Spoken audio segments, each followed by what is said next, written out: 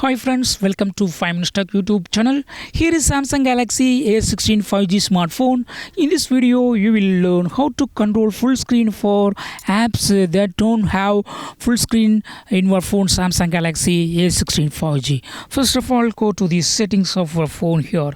Then go to display and here select full screen apps. Here it is showing that no apps to control.